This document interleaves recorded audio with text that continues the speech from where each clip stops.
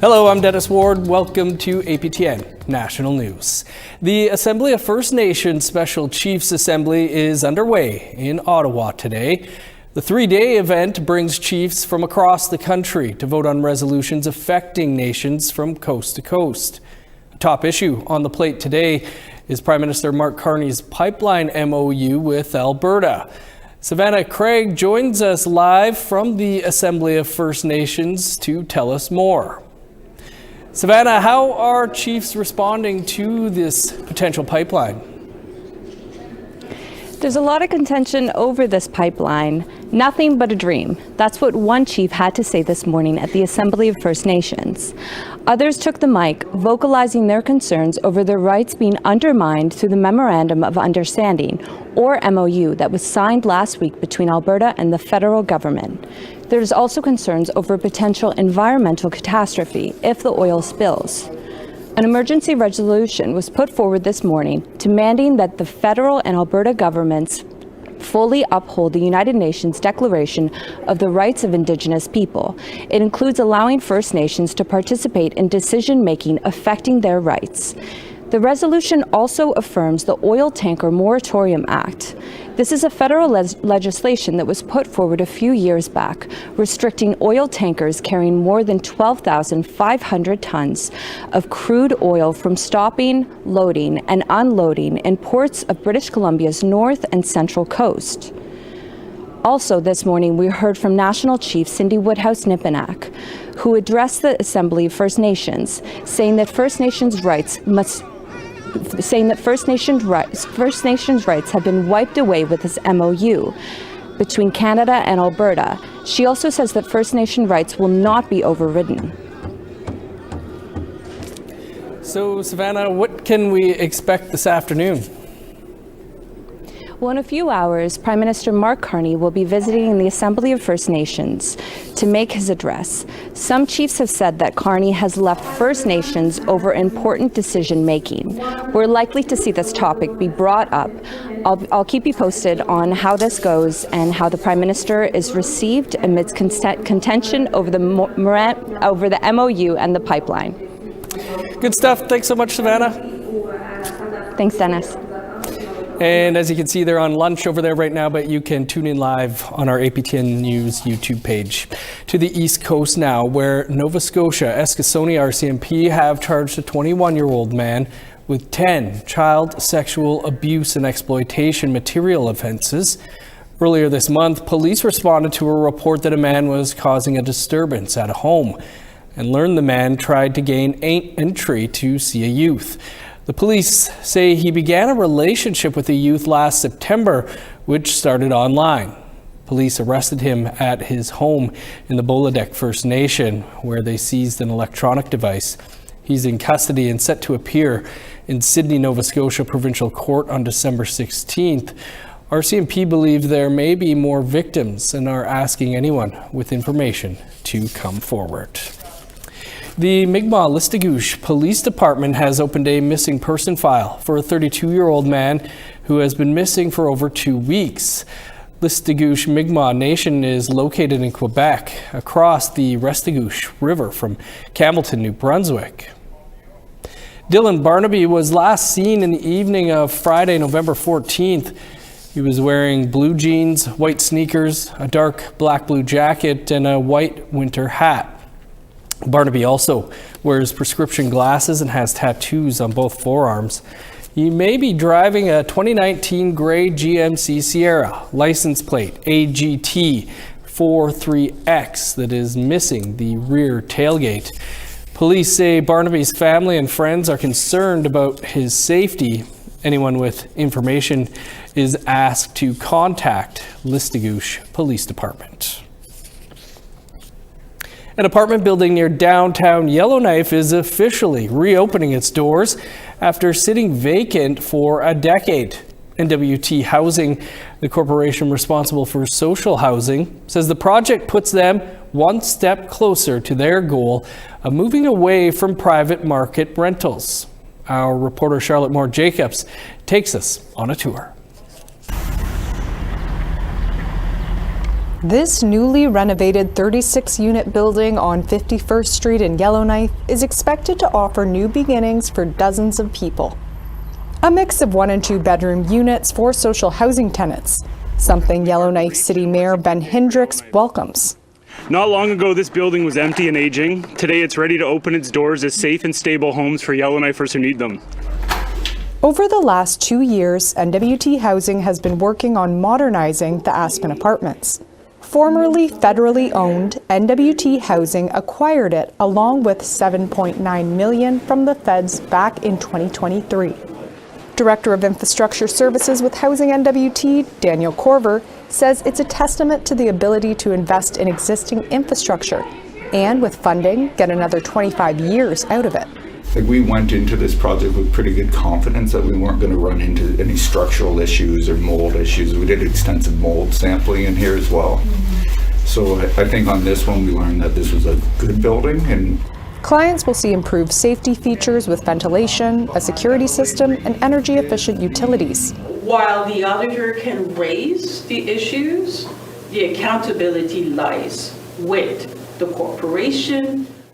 In October, the Auditor General gave a failing grade to NWT Housing, finding the corporation didn't ensure residents most in need of shelter had equitable access to public housing, nor did they properly manage the condition of their units. The GNWT accepted all the recommendations.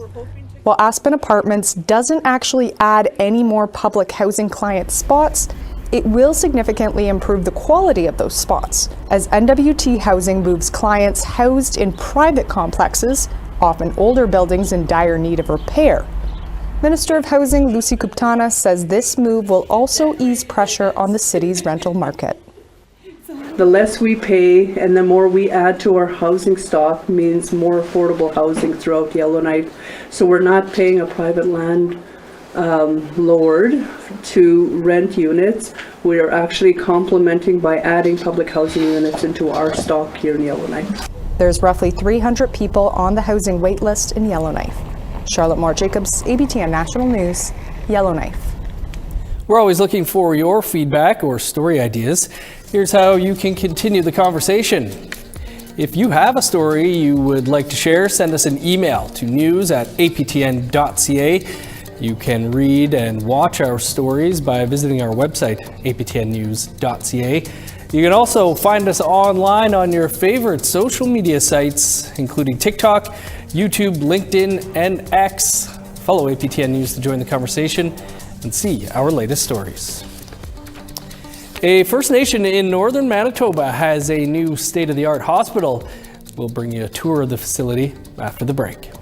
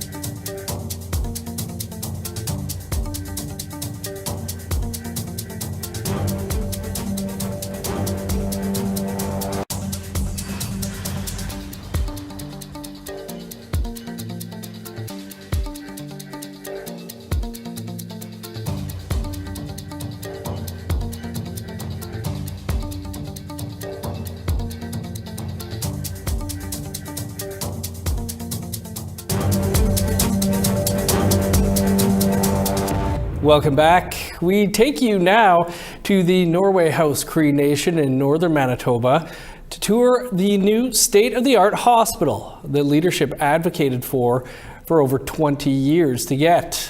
Well, it's opened its doors in October 2024. Not all of the departments are fully functional yet. APTN's TR Wheatley explains.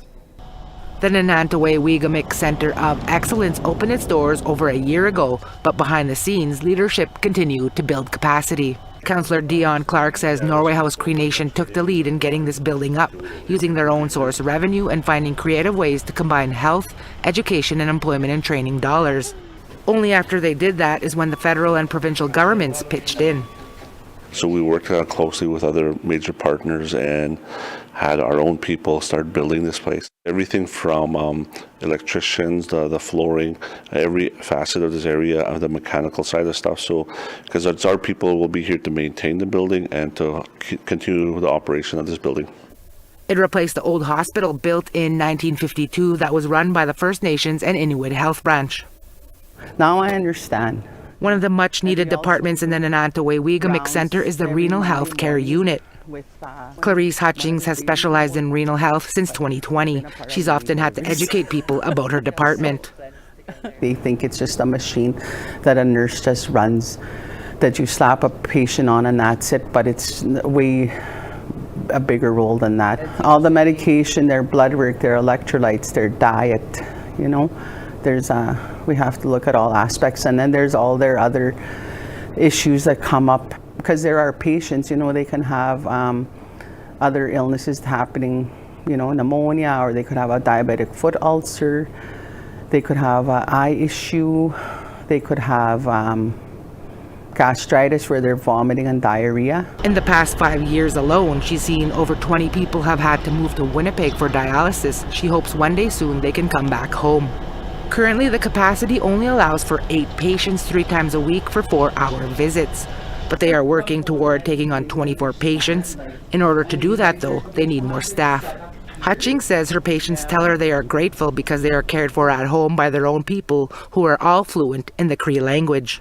I've only been doing this for 5 years, and I can see a lot of the psychosocial aspects of what the patients go through. And being in the city is not always the best thing.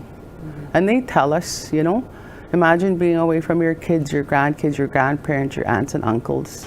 There is also an emergency room, primary and inpatient care here as well. Hi. How you doing? How's it going? Specialists like this physio doctor and others such as dermatologists, pediatricians, cardiologists and orthotechnicians come into the community. Beverly Chartrand works with the specialists both on the ground here and through telehealth.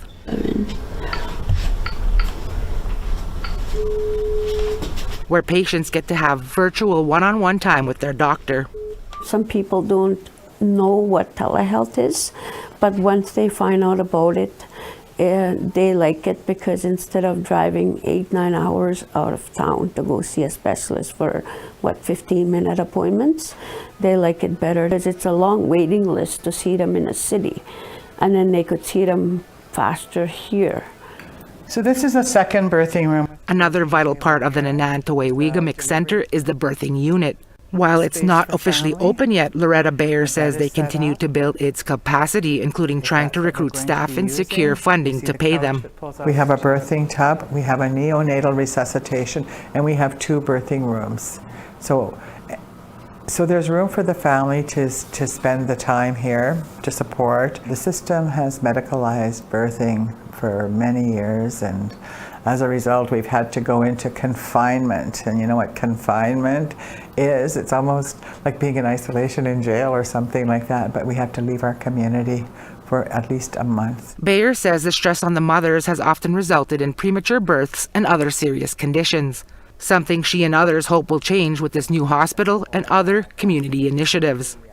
We plan on building birth homes or adapting homes to be birth homes to provide a safe place for those individuals who feel threatened, perhaps through family violence or different things like that, to be in a safe, calm place to be able to carry their baby to gestation. Norway House continues to work with their partners to get this birthing center on the go. They hope to have their birthing model done by the end of the fiscal year. TR Waitley, APTN National News, Norway House Cree Nation. Thanks, TR. The Morrisseau project is continuing in Saskatchewan.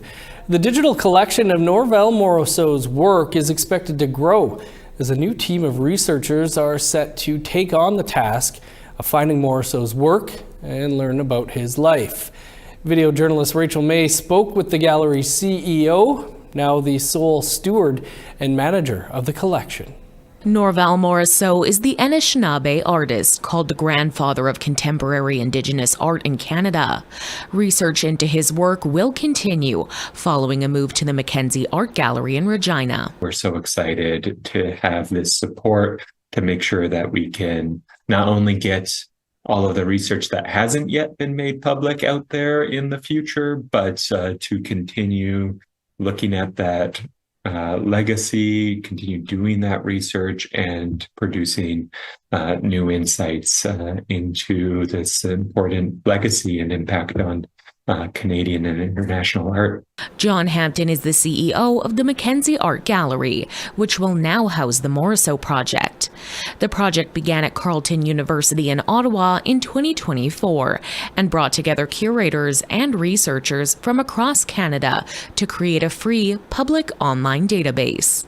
Hampton says it's exciting to see an Indigenous artist celebrated this way. So to be able to celebrate these voices that really emphasize family, community, the interconnection of artists and minds and spirits, and how that gets channeled into this work that is about broader movements and histories and where we're going, rather than being solely about one individual who is doing this all on their own. The collection holds about 3,000 items, including artwork, stories, letters, and videos from Morrisseau's life. Westerkirk Works of Art, who collect and preserve Indigenous art, created the Morrisseau Project Fund, an endowment that allows the Mackenzie Art Gallery to hire a team to grow the collection. The team will research, authenticate, and share what they find about Morrisseau's works and life. Hampton says the fund ensures research and curation will continue for generations to come. But the gift from Westerkirk is held at the South Saskatchewan Community Foundation. So they gift an amount that is managed by the SSCF, and then every year then we receive the interest from there. They invest it and provide the interest. That makes sure that this work can happen in perpetuity. The digital database is available at morrisseaustorylines.com. The Mackenzie Art Gallery hopes to offer a physical way to view the collection in the coming years. Rachel May, APTN National News, Saskatoon. Time now for a look at one of this week's web poll questions. And it's AFN related, as we're asking if you feel the Assembly of First Nations is representing the priorities of grassroots people. Yes, no, sometimes, or unsure are your options. You can go to our website, aptnnews.ca/poll to cast your ballot. A major music competition was held in Nunavut over the weekend. Details on Panarctic Vision still to come.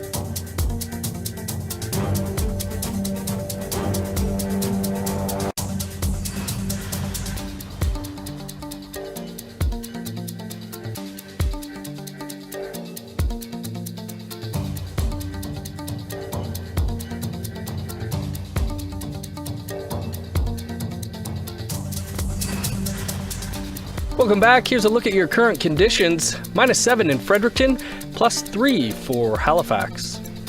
-12 in Kuujjuaq and Nain, 10 below in Cartwright.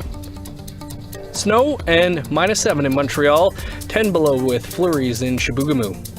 -6 in Sault Ste. Marie, 7 below in Ottawa. -8 with snow in Thunder Bay, snow and -9 in Sioux Lookout. -23 at this hour in Churchill, 11 below for God's Lake. -11 in Winnipeg, snow and -10 in Dauphin. -7 in Regina, sunny and 11 below in Saskatoon. -12 in Meadow Lake, 29 below in Stony Rapids. In northern Alberta, -9 in High Level, 11 below in Fort Chipewyan. -2 in Edmonton, +1 and cloudy in Lethbridge. 5 in Vancouver, +2 in Kamloops. +2 in Prince George and Smithers, -2 in Dease Lake. -20 in Old Crow, -3 in Whitehorse. 8 below in Yellowknife, -13 in Norman Wells. -16 in Sax Harbor and Paulatuck. 21 below in Chesterfield, -31 in Cambridge Bay. -17 for Resolute and Igloo Lake. Panarctic Vision 2025 came and went this weekend. As Justin Hardy tells us, the event celebrated traditional and modern culture from around the Arctic.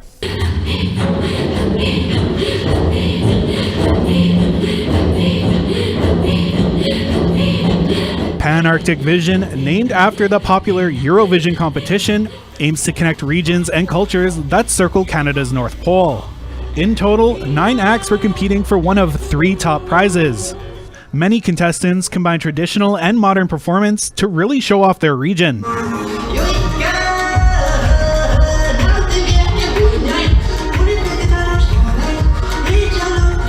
Among the performers was Nunavut's own Shauna Sitinak, who performed her song, Healing.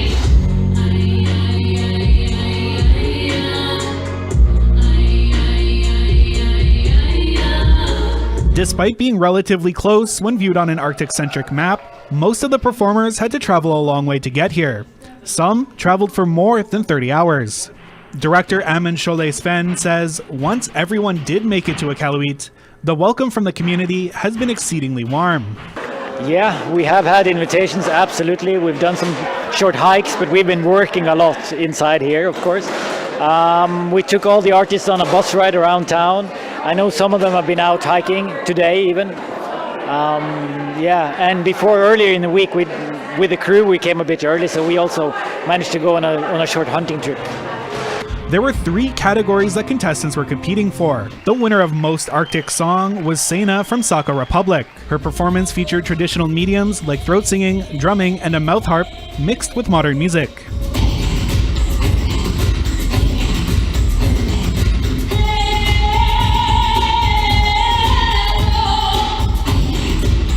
Icelandic punk band Gedbre took home the prize for Most Revolutionary Song.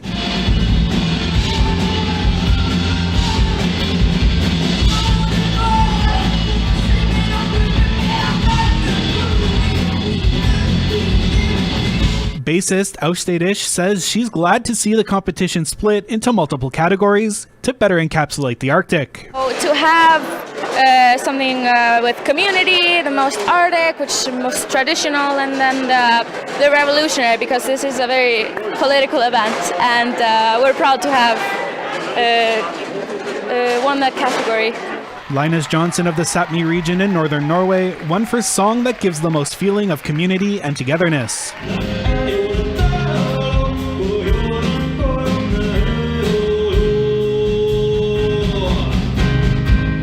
I was a little unsure if that my song fit those 3 categories, but it did, and now I won. That's very fun, very fun. The night also saw the decision on where the 2026 Panarctic Vision will be held. The next host region will be the Faroe Islands, located between Iceland and Scotland. Justin Hardy, APTN National News, Iqaluit. Awesome stuff. Thanks, Justin. In just 3 years, OG Cree multi-instrumentalist Aysanabee has released 3 albums and made history at the 2024 Juno Awards. Tonight on an all-new episode of Face to Face, he tells us how this historic win for Songwriter of the Year at the Junos messed with his head and his writing process for a few months. When I got the Songwriter of the Year award, I remember for a few months, every time I'd try and write a song, I'd be like, Songwriter of the Year wouldn't write that. And then I just got in my head about it, but then kind of recognized that it was my peers and colleagues and fans and music appreciators who just kind of were recognizing what I was doing. But then I thought about that, and I just looked at who else won that award. And it was pretty wild, because there's only 50 people who've won it. Right. One of them's The Weeknd, Shawn Mendes, Leonard Cohen, Alanis Morissette, Gord Downie, I just get to be one of those people, which is pretty wild. That's it for your first look at the day's news. A reminder, you can watch the AFN Special Assembly live right now over on our APTN News YouTube page. And I will be back here tonight at 6 p.m. Eastern Time with a look at all of the day's news. I'm Dennis Ward. Marcy Miigwech, thanks for being with us. Have a great afternoon.